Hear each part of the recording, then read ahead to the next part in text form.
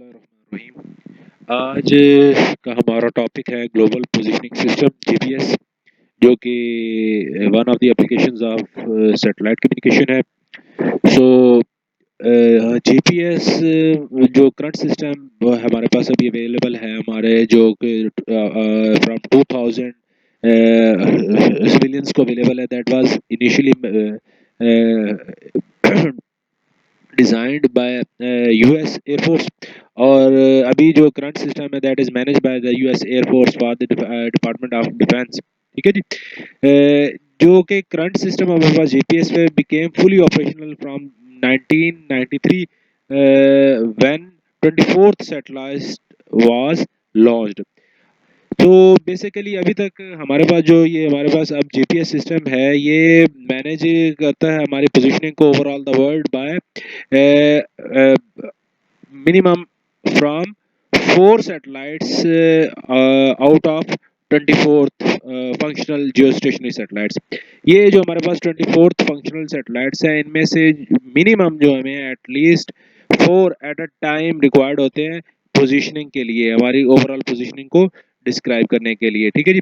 तो हमारे पास हमारा जो सैटेलाइट सिस्टम है, ग्लोबल पोजीशनिंग सिस्टम है, जीपीएस है, दैट बेसिकली उसमें एक हमारे पास space based satellite navigation system होता है, जो कि हमारे पास लोकेशन और टाइम इंफॉर्मेशन यूज प्रोवाइड करता है। ये टाइम इंफॉर्मेशन जो है, ये जो है एक प्रिसाइज एटॉमिक क्लॉक के जरिए प्रोवाइड की जाती है, और irrespective of the weather conditions जो है ये एग्जैक्ट टाइम जो है वो प्रोवाइड करता है।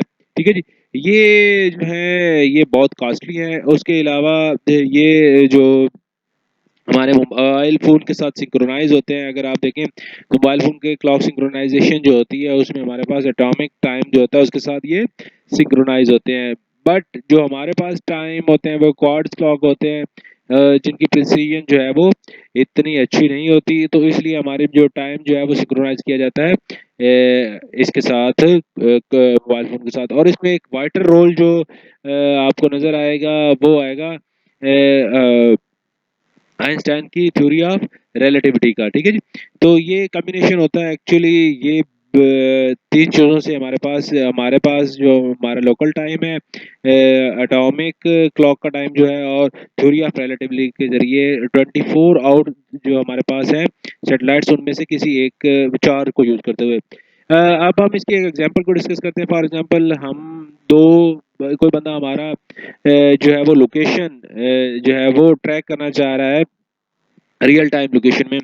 तो रियल टाइम लोकेशन को ट्रैक करने के लिए हमारे पास जो है हमारे मोबाइल फोन के अंदर इंटीग्रेटेड जीपीआरएस रिसीवर होना चाहिए। ठीक है जी। इंटीग्रेटेड जीपीआर रिसीवर जो है वो सिग्नल सेंड करेगा सेटेलाइट को, और वहां से हमारी पोजीशन जो है वो उसको ट्रैक किया जाता है। ठीक है जी। Orbital position is constantly monitored and updated by the ground stations. ठीक है जी। ओके।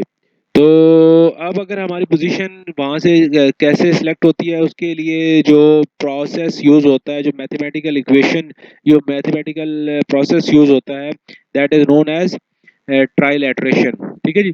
ट्राइलेटरेशन एक्चुअली हमारे पास जो है ये एक मैथमेटिकल फंक्शन है, जिसके जरिए हम जो है वो डिसाइड करते हैं कि ये डिपिक्ट कर पाते हैं कि एक्चुअल पोजीशन क्या है। सो जीपीएस ट्रांसलेशन क्या चीज है? Knowing its distance from 3 satellites, basically the receiver, इसको ट्राइलेटरेशन कहते हैं। The receiver can determine its location because there is only 2 possible combination and one of them is out in space. So for example अगर हम ये वाली जो example discuss कर रहे हैं लोकेशन में, इसमें ट्रायल इटरेशन को इम्प्लीमेंट करेंगे, तो हमारे पास इनिशियली अगर हमारे पास ट्रायल इटरेशन 2D भी होती है और 3D भी होती है। 2D इटरेशन को, अगर ट्रायल इटरेशन को हम डिस्कस करें, तो हमारे पास जिस पोजीशन पर हम इस वक्त नजर आ रहा है या जिस वक्त हम खड़े हैं, यहाँ पर एटलीस्ट 2 सैटेलाइट जो है वो हमें परमानेंट ट्रैक कर रहे होते हैं। जीपीएस के अंदर जो जीपीएस रिसीवर होता है वो परमानेंटली कम्युनिकेट कर रहा होता है इन सैटेलाइट्स के साथ। ठीक है जी। तो इनमें से दोनों सैटेलाइट जो है वो कॉन्टिन्यूसली हमारे पास कम्युनिकेट कर रही हैं हमारे मोबाइल फोन डिवाइस के साथ। जब ये वहाँ से एक रेडियो फ्रीक्वेंसी वेव हमारे मोबाइल फ़ोन में आती है, हमारे मोबाइल फ़ोन तक रिसीवर तक टकराती है, तो एक्चुअली ये उसको डिस्टेंस मेज़र करता है। फॉर एग्ज़ाम्पल 2 सैटेलाइट्स हैं, एक का जो डिस्टेंस उसको अगर हम R1 लेते हैं और दूसरे के डिस्टेंस को हम R2 ले रहे हैं, ये डिफरेंट पोज़ीशंस पर हैं हमारी जो सैटेलाइट्स हैं, और ये जीपीआर से जो उनका डिस्टेंस है उसको R1 और R2 ले रहे हैं। R1 जो है वो डिसाइड करेगा कि आपका सैटेलाइट नंबर 1 से डिस्टेंस कितना है, और R2 जो है वो डिसाइड करेगा कि सैटेलाइट नंबर 2 से आपका डिस्टेंस कितना है। अब जिस पॉइंट पर इंटरसेक्शन है, तो the point of intersection will decide या विल डिपिक्ट कि हमारी एक्चुअल लोकेशन क्या है, ठीक है जी। तो लेकिन यहाँ पर ये प्रॉब्लम है कि अगर ये दोनों सर्कल्स को हम अगर जूम आउट करें तो देखें तो ये दो जगह के ऊपर आपकी जो है वो इंटरसेक्शन हो रही है, इसलिए पॉसिबिलिटी है कि आप दो इनमें से किसी एक जगह पर पॉइंट ऑफ इंटरसेक्शन, तो इस तरह से हम प्रिसाइज तो ये नहीं बता सकते कि हमारा एक्चुअल पोजीशन क्या है। तो इसके लिए क्या हेल्प लीजिए, डेफिनेटली हम स्पेस में तो नहीं है, वी आर वर्किंग ऑन अर्थ।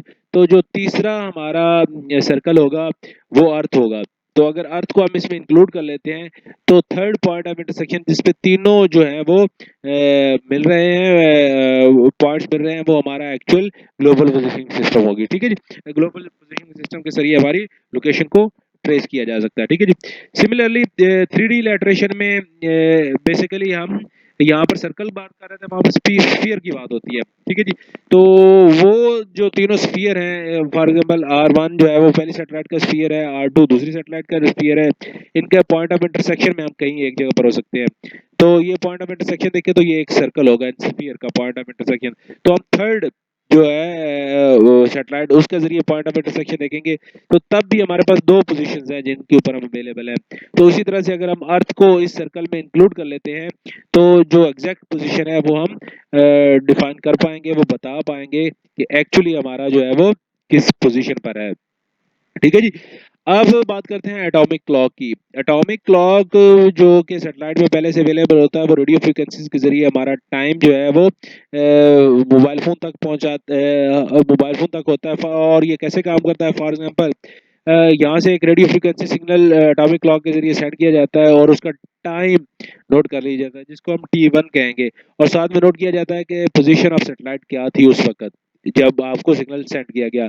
अब हमारे मोबाइल फोन में जब रिसीव होता है तो इसमें एक रिसीवर है जिसमें हमारे पास जो है वो जब हमारे पास सिग्नल रिसीव होगा तो उसका टाइम नोट कर लिया जाएगा जिसको हम रिसीव टाइम T2 के नाम से डिफाइन करेंगे।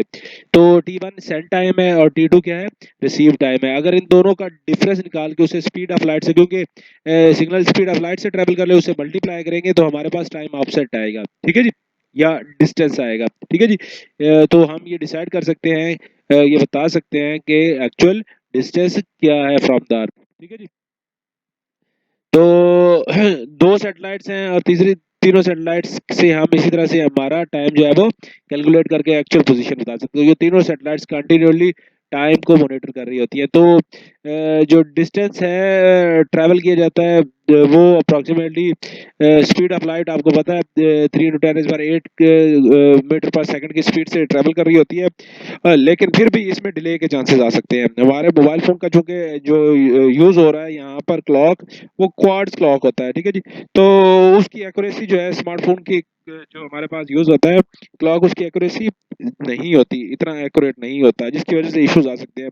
अब एक इशू ये है कि मोबाइल फोन में जो है वो वहाँ पर भी एटॉमिक क्लॉक यूज कर ले, लेकिन एटॉमिक क्लॉक इतना कॉस्टली है, अप्रॉक्सीमेटली 50,000 से लेकर $50,000 से लेकर $1 लाख तक इसकी प्राइस होती है। 100,000 तक, 50,000 से लेकर 100,000 तक इसकी प्राइस होती है, जो कि जिससे हमारा मोबाइल फोन बहुत एक्सपेंसिव होगा। तो इसको सॉर्ट आउट करने के लिए हमारे पास जनरली स्मार्टफोन में क्या यूज किया जाता है, स्मार्टफोन्स में हमारे पास क्वार्ट्ज क्लॉक यूज किए जाते हैं जिनकी एक्यूरेसी जो है वो प्रॉपर नहीं होती, ठीक है। तो ये एक इशू है जिसकी वजह से आप जो टाइम के जरिए हमने कैलकुलेशन की उसमें प्रॉब्लम आ सकती है। तो इस प्रॉब्लम को कैसे सॉल्व किया जाता है ये अभी हम नेक्स्ट वीडियो में देखेंगे।